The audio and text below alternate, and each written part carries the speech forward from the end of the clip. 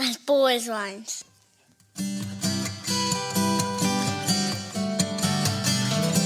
As bold as lions. As bold as lions. As bold as lions.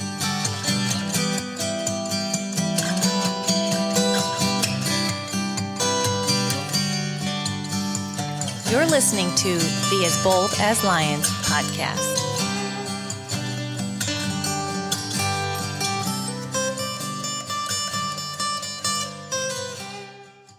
Well, welcome back to the As Bold as Lions podcast. So great to have you join me today.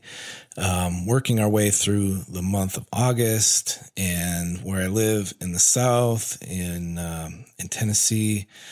Of course, it's hot. The summer seems to stretch beyond just kind of those three summer months that I always knew as growing up in the North and growing up in Minnesota, especially. You get your seasons up there, but you have June, July, August, and that's kind of it for summer. Down here, it can just keep going. Seems like fall doesn't really show up until sometime into November. Winter's in there somewhere as well, but we are enjoying the heat as long as we can bear it. If it's too hot, just go inside, cool off, make good use of your mornings and your evenings as well, because those are the times when it is cool and you can go for a walk, or you can do some yard work or whatever. So hopefully where you are, you're enjoying your days of August as well. And it's always a little bit of a letdown to see the summer kind of go once again, and know that you get all this anticipation for it to be here, and then it's gone, and it's like, well, we're back into our routines. But I do love the fall. The fall is probably my most favorite season, so I'm looking forward to that as it's coming up. Pumpkin spice lattes, pumpkin pie, anything involving pumpkins I'm cool with. The sweaters, flannels, things like that.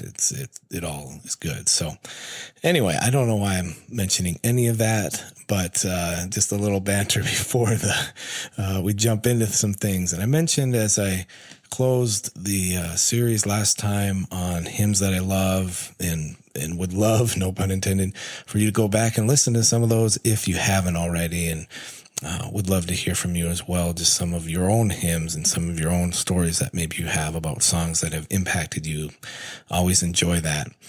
But I mentioned that we're going to move forward and take a few weeks to catch up on some blogs that I've written, or one in particular I have yet to write, that will be just some content for the podcast for these next 3 episodes. So as you can maybe tell, if you follow me any extent on social media, and that's not a plug for any of that, but you just may have noticed this kind of pattern over time, that as I'm reading through my Bible, wherever I'm at in the year and whatever passage I'm in, I'm oftentimes posting about that, or saying, hey, look at this verse, or hey, look at this story, whatever, or blogging about it, or even writing devotionals, whatever.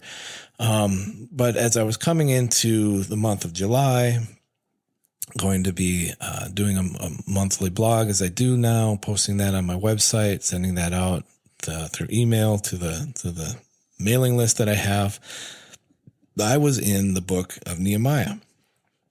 And Nehemiah is a fascinating book. It's just a book that really is literally about rebuilding and taking what has been ruined and building it new again. And also just the enemy that Nehemiah faces the whole time he's trying to do this project of rebuilding the walls of Jerusalem, and that he has to keep going through that and trusting the Lord to make a way to keep building the wall that he's been instructed to build and feels impressed to do.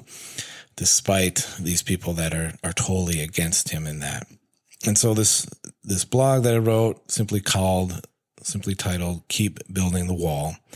And I knew as I put that title out there, like, okay, was anybody going to kind of wonder, like, what's that mean, and is there going to be any kind of political undertones of this and all that stuff? And it's like, we can't talk about walls now and building walls without that whole element of it. And so I just wanted to reassure people, as I did in the blog and on the podcast right off the bat, to say, this isn't clickbait. This isn't to get people to try to listen to something and then be influenced about a message. There's nothing political here. I can understand where some of that confusion may come because we've been talking about that so much in our media and in society and politics, southern border, building the wall, all that stuff. Was going to try to find a better title than that. And I couldn't find one. So I'm like, I'm going to go with this. This is what I believe I'm supposed to call it. So Keep Building the Wall. And hopefully you follow me from there. Realizing that we're pulling that from Nehemiah, this book, going back into just the context of where he's at, he gets this commission to go and build the walls of Jerusalem. The walls are in ruins. The people, the exiles that are returning back to Israel, they've been in captivity. We know all of that if we've studied the Bible, the Old Testament, that God allows them to be brought out by the Babylonians, and there's 70 years of this, and then they get the opportunity to come back. Nehemiah knew this was what God had called him to do, and he takes that seriously. Like, I'm called to go back and rebuild. And I think, as I can step back a little bit, that this subject, this blog, as I've shared it, this podcast, it's timely because I perceive that a lot of Christians feel kind of disjointed as of late, feel like there's that broken down, disrepair, type of situation in the world and maybe even in their own lives. And what do you do with that? You may have received kind of your marching orders from God, just to send you out, to give you some kind of purpose and vision that you felt like this is what I'm to do. From there, you moved out into obedience, started, quote unquote, building the wall, whatever that task or call has meant for you. And now, you see some opposition to what you're doing, or just the way you're living your life. And the reasons why finishing looks hard, to finish the wall looks like a daunting task, might even just look kind of absurd at this point to go that far. And I guess it's just taking a step back from everything and just saying, well, did God's call change? Did I miss something somewhere along the line? Did the wires get crossed? What happened? And, did he tell any of us to stop if we're commissioned to go do something? No, I don't think so. The work continues. The wall keeps going up, but it has to be in conjunction with going back and finding our purpose and our identity in him from day to day, and not getting rattled by some of these things. Nehemiah felt this burden from the Lord to go. And then he gathers workers and laborers to help, because it's bigger than just a one-man job. And he pushes through the opposition, and ultimately this wall gets built around Jerusalem. And this book is only 13 chapters long. It's a great backdrop for this whole discussion. And really, if you're one that wants to have that in front of you as you're listening to this, that's great. If you want to have it on your phone, Bible app open, whatever, might be helpful just to have that there. But as we go through, we're going to pull out some points and have some verses that are tied into that. So building the wall, talking about Nehemiah, talking about our own calling in the Lord, and just how we walk that out in the midst of everything going on in 2022. First point today is that a big ask pleases God. A big ask pleases God. Nehemiah 1, verses 7 and 8. This is Nehemiah talking here. And I said to the king, if it pleases the king, let letters be given me to the governors of the province beyond the river, that they may let me pass through until I come to Judah, and a letter to Asaph, the keeper of the king's forest, that he may give me timber to make beams for the gates of the fortress of the temple, and for the wall of the city, and for the house that I shall occupy. And the king granted me what I asked, for the good hand of my God was upon me. So the context again of Nehemiah is this: the whole of Israel is in captivity. They're in Persia or under Persian rule, but there's a remnant of the nation that is in the land that Israel once occupied. And so we know from the prophets, after 70 years, people will return to their homeland. Nehemiah learns from this remnant that those that are living back in Jerusalem and in the land itself, that the walls are broken down, the gates are destroyed by fire. And this grieves him. This upsets him, just knowing that it's in such disrepair. And it's just, there's so much that identifies a city at this time with its foundations, its walls, its security. And so he is led to ask the king, this is King Artaxerxes, king of Persia, for permission to go back and rebuild the walls. And he asks for some provisions as well. You can tell he's saying, I need all these things in order to do this. But what's the amazing thing? The king grants his wish. And Nehemiah has served in the king's court. Cupbearer to the king. He's a food, I guess you could say a food taster. Royal, make sure nothing poisons the king with what he eats and what he drinks. And Nehemiah knows that God's hand was upon him. And when we see his boldness, I think we have to deduce something from that something supernatural was at work. And indeed, the divine hand of the Lord is paving his way in order to go. And from there, to realize that it paves our way as well. Sometimes we miss it because we're too afraid to ask. We're sensing that burden, that call, that something God is putting on our heart. But it's just that fear that comes over us that says, it's probably not going to work out. It's probably too big. It's probably, God's not going to answer, whatever our reasons, the reasoning that we have to talk us out of doing something.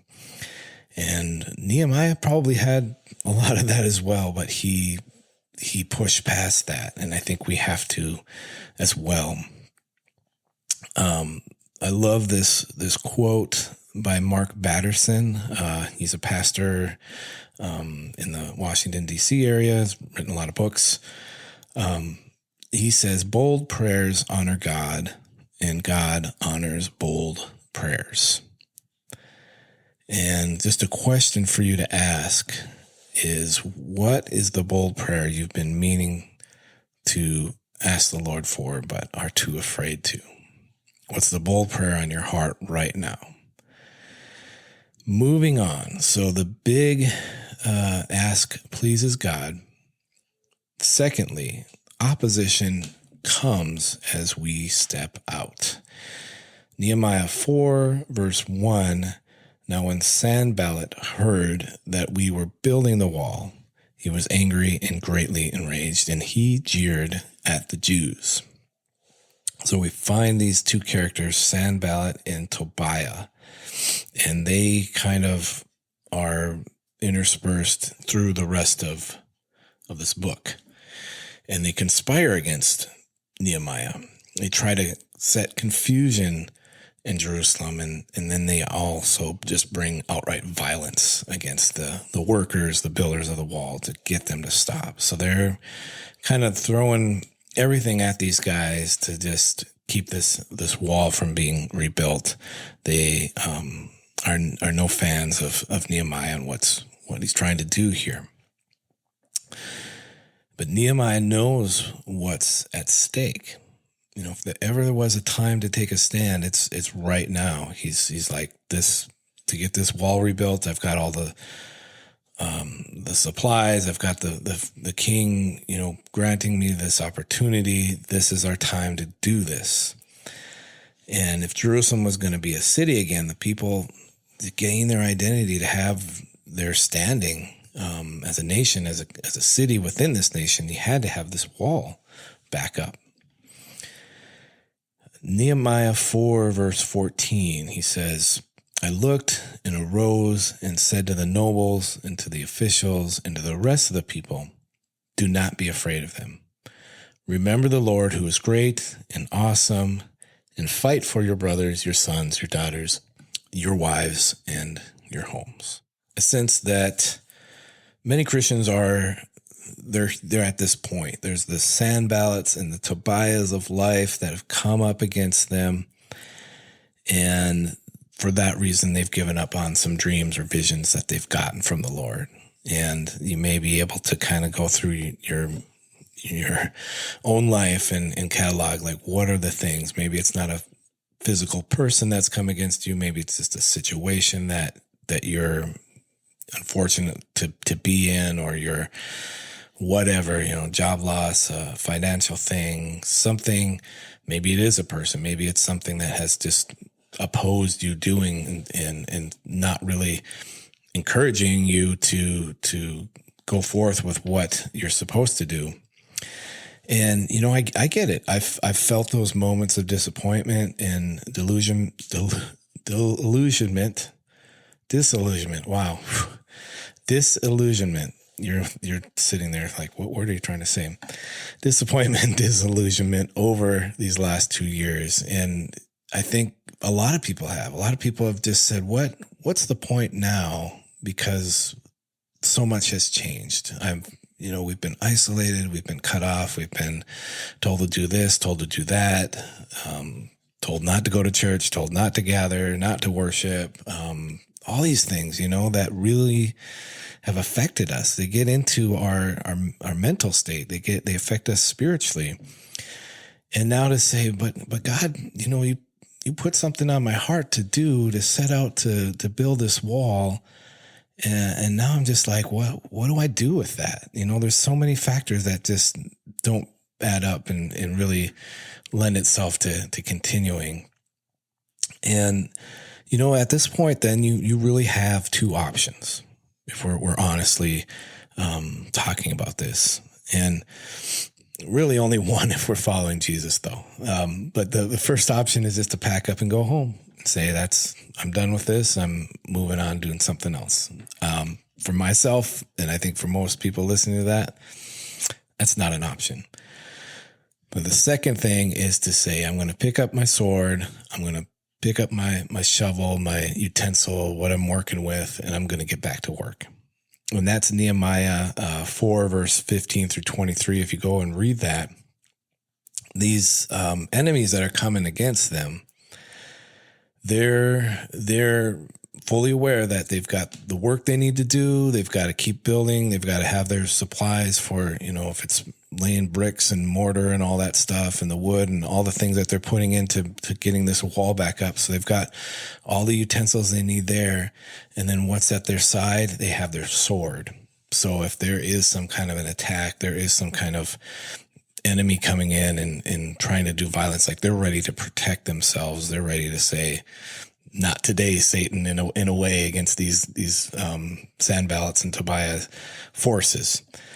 And to realize the enemy's not going to stop. As we keep doing the work, as we keep moving forward, the enemy's going to keep trying to cut you off and keep you from doing what God has called you to do. So that illustration, and just for me, it's this wonderful picture of what we have to do. Like if you even go further into Ephesians and the full armor of God, well, yeah, we've got to put all that on, and you have the sword of the Spirit with you, helmet of salvation, breastplate of righteousness. Love to do a study on that at some point, probably will.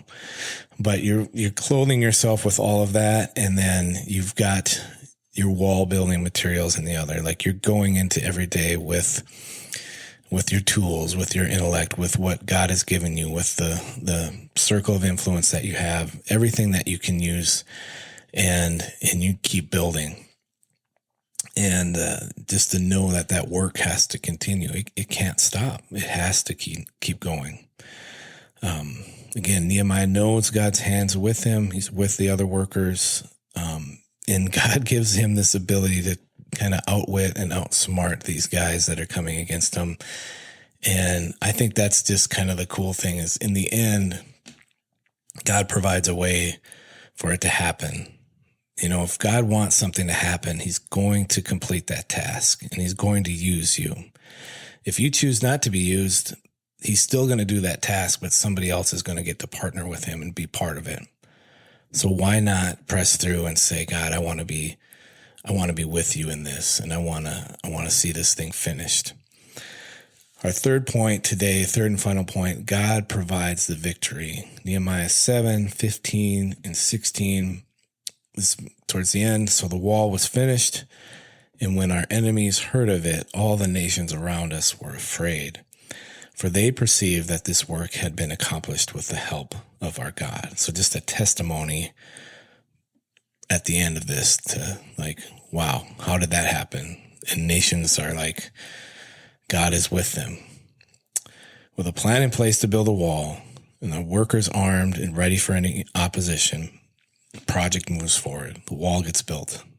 And nothing can stop it because it's God's will. He's with Nehemiah. He's with these builders. And from the very first moment this call goes forth back into Nehemiah 1, when he is grieved over the news of what shambles this wall is in and what work has to happen, from then forward, God's overseen every step. All the provisions, the manpower necessary, everything was met, everything was brought forth. And just to remind ourselves, like when God says to do something, he's not saying for you to go through a line item like, well, what's it going to cost? What's this? What's that? We're going to need this. And then to weigh that and say, no, sorry, God, can't do it. For you to step forward, like Nehemiah stepped forward, not knowing he'd face Sanballat and Tobiah, not knowing he'd face all this stuff, but he just went and God provided the way for it all to get done. There's a lot left of the story, but the people come into agreement. They praise God for what has taken place. Many of them at this moment, they rededicate themselves to the Lord and they enter into covenant with him. So this is a big deal. This is bigger than just finishing the wall and checking that box and saying, well, that's great. This is a watershed moment for the nation coming back out of captivity. And the big asks that we have in our lives, they're not there to be some unfulfilled, unrealized dream or just something that's always out there in the distance that we never see come into completion. Those things are always given with a purpose. They're always laid upon our hearts because the Lord has desired them to be done and fulfilled with us as the conduits and the instruments of his grace through those things. And not to waste our resources. And I think about that, and I think about the parable of the talents that kind of comes into play here too, where God gives you a call, God gives you the resources, he gives you the abilities, and we choose to either turn around and get take that investment and multiply it and see it used for kingdom things, or that wicked, lazy servant at the end who takes his talent and just buries it in the ground and does nothing with it. Don't be that guy. Don't be that guy. If we trust him, we continue stepping out in faith. The walls he's told us to build, they're going to be completed. They're going to keep going up until they're done. And the fear the enemy wanted to instill in us instead is going to be turned around and put back on him. Don't miss this. He takes what was to be fear on these guys to get them to stop building this wall and to say, don't do it, and try to get them to just freeze. And the wall gets built, and then that fear is taken back and put on their enemies. Now all the nations are like, wow, God really did this, and they're afraid. And that's an amazing thing. Like, the enemy has to run, the enemy has to flee, because he knows he can't touch you. You are the Lord's. You are his prized possession. We rejoice over what God has done. We rejoice over what he's doing, what he will continue to do. And the glory is all his. The victory is his. Amen. As I close this out today, and if this is something that interests you more, or you want something that's maybe a little more tangible to read or print off or whatever, I encourage you to go to DerekCharlesJohnson.com. You can look this blog up, Keep Building the Wall. And basically the script I use for the podcast today is taken pretty literally from that blog. And another thing, if you want to sign up to get these in your email, you can do that at my website too, in the As Bold as Lions tab. Or just drop me an email, info@DerekCharlesJohnson.com, and say, hey, I want to be added to your mailing list to get your blogs and your devotionals. I would love to add you. But as I close this today, I was going through Nehemiah, reading this in my Bible. He stands out as I've kind of forgotten about him in terms of these other heroes of the faith, as I think about ones that we've talked about, Elijah or Esther, David, so on and so forth. And I'm like, Nehemiah's right up there too, as I think about this, what he faced, what he was up against. Struck by how courageous he was to do this task. First, he had to have the guts just to go to the king and say, whether he came before him sheepishly or kind of boldly, I'm imagining he had to muster up some courage just to say, King, I'm grieved over my homeland, and I want to go back and rebuild these walls, and to have the favor of the Lord upon him as he goes before him into that moment where he asks the king, and to know that God still does that today, even when you're like, I don't know if I can ask for that. I don't know if I can talk to that person, whatever. God still grants favor like that, and loves to put you in a position where even kings and rulers have to say, yeah, we'll provide for that. We'll do that. We'll open the door for that. And then he had to go up against these men, these enemies, Sanballat, Tobiah, that just totally wanted to thwart the plans and say, you're here now, but we're not going to let this happen. We're not going to let these walls get rebuilt. And then just in the kind of behind the scenes, little known parts of Nehemiah's life, God was preparing him for all of this and readying him for this moment. Think about all the stuff we probably don't know about Nehemiah before we hit chapter 1. Why he's in the king's service, what led to get him as a cupbearer to the king. That's certainly a prominent position, a very important position. How did he get there? And, all the backstory of this guy, but all of it being a thread through which we see God's finger just moving and allowing things to happen on his behalf. And to look at our own lives that way and say, there's a purpose and there's a meaning. You can't take 2020 in the last 2 years and just throw it all out and say, well, we got to go back to the drawing board now because everything's changed, and what we thought we were doing, where we thought we were going, it's not that anymore. I don't think God revokes the call. I don't think he changes that. I think he places something on our hearts, and he says, no matter what the times and the seasons look like, you keep moving forward in this, and you keep trusting me. You keep, as I talked about hymns this last week, you keep turning your eyes upon me and looking full in my face. And you're not going to get caught up in this world and what is happening, because you're trusting me and you're dependent on me. And you're going to see those walls keep going up. because we still need people who respond to that call. We still need wall builders, and we still need people who are willing to give God the credit and the glory. So today is an opportunity to do that and to take whatever step it is that God might be asking you to take, if that's big or small. I don't know what it is, but you, before the Lord right now, you sense what that is. And my only question is, will you hear him today? Will you obey? Will you move forward despite what the enemy's going to try to put against you to keep you from doing it?